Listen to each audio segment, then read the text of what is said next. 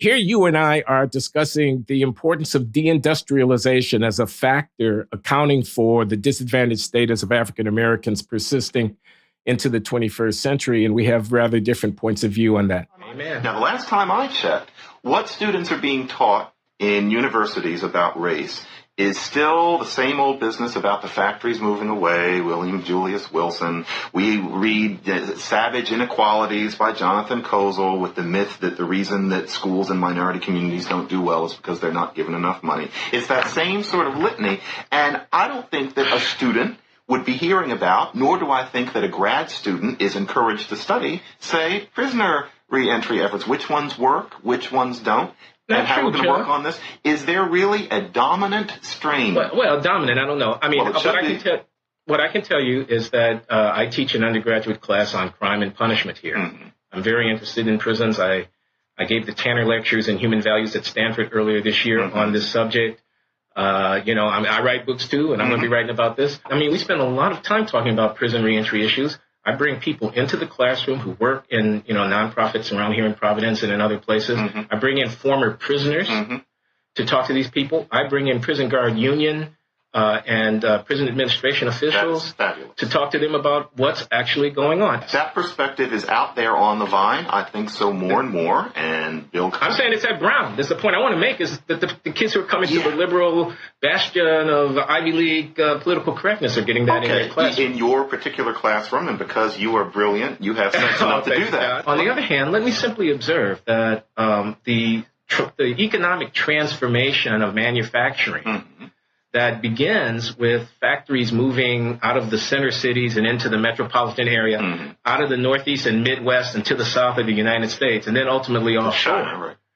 This is a massive thing that's happening in our time. I mean, it's a huge transformation, and it has far-reaching implications, not just in this country and not just for poverty, but all over the world. I don't see the evidence supporting that. And to say, if I'm looking at post-1950 urban America, to find a place within my account of the transformation of post-1950 urban America, the troubles of the cities, the so-called black underclass and all of that, to find a place within my account for these big forces of huge economic transformation seems not only appropriate or desirable, it seems absolutely necessary. An account that left that out, to my mind, would be a woefully incomplete story. No, it's quite complete. Glenn, I'm sorry, I honestly see no place for that in the narrative at all. Not because I have some problem with the basic idea of it, but because it doesn't seem to explain anything. And it's not just me, but there are academic studies which show again and again that the movement of those low-skill manufacturing jobs can account for, at best, 1/3 of black male unemployment. There are various studies along That's those lines. That's a big number, John. But still, it's only 1/3, and what about the other 2/3? That's a big number, John. Nobody said it was the only thing going on. Sure, but why would we I'm looking at you shaking your head as we watch that thing. 1/3, explaining 1/3 of anything seems to me to be worth a mention. What's up with that, man? Why are you so hostile, even to this day, to my man, William Julius Wilson? What's wrong with you, man? No, that really won't do.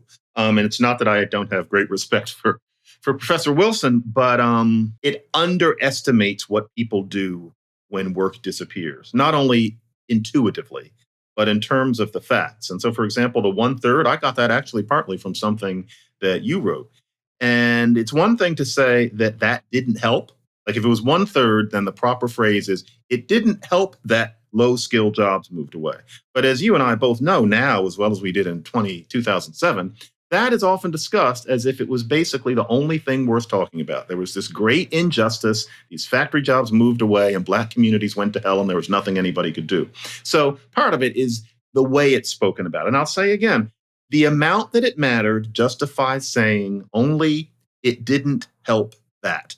There were a whole bunch of other things that really mattered, I think, a whole lot more. If all it was the factory jobs moving away, then people would have moved to find the jobs, or they would have been resourceful and come up with other jobs, as we know from what brown-skinned, including Caribbean and African immigrants in those exact same neighborhoods are doing right now.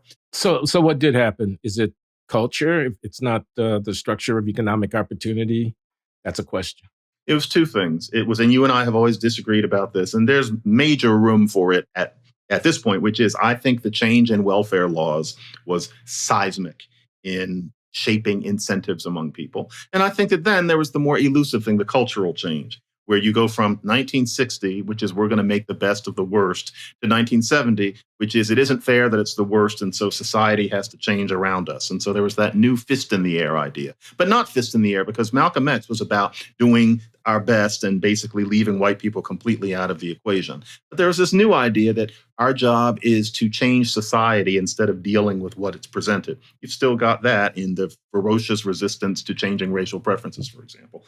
So it was those two things. It was the new Black Power mood, and it was how welfare made it possible to live a very different life. And it's not that everybody did it, but enough people did it, and it wasn't their fault, that you had a whole new change in what was considered normal in inner city Black communities. But it was not that the Coca-Cola factory moved to the suburbs or to China. That wasn't it at all. So correct me if I'm wrong, but what I see here is that your problem is one of narrative. If as a sociologist or historian, if I find something explains 1/3 of something, I want to take note of it. But as a person writing the story, trying to motivate people, trying to get their heads in the right place so they can exercise agency on behalf of their own well-being, that's not the story that I want to tell them. Forces outside of anybody's control are driving you into the corner that you're in, stuff like that. So you and I actually in 2023 are pretty much on the same page about that. It's also about respect, though, because that story that this guy he leaves high school and there's no job where he's stamping out tires or putting on bottle caps or something like that, and so he buys a gun, and all the women in the neighborhood get pregnant at 17.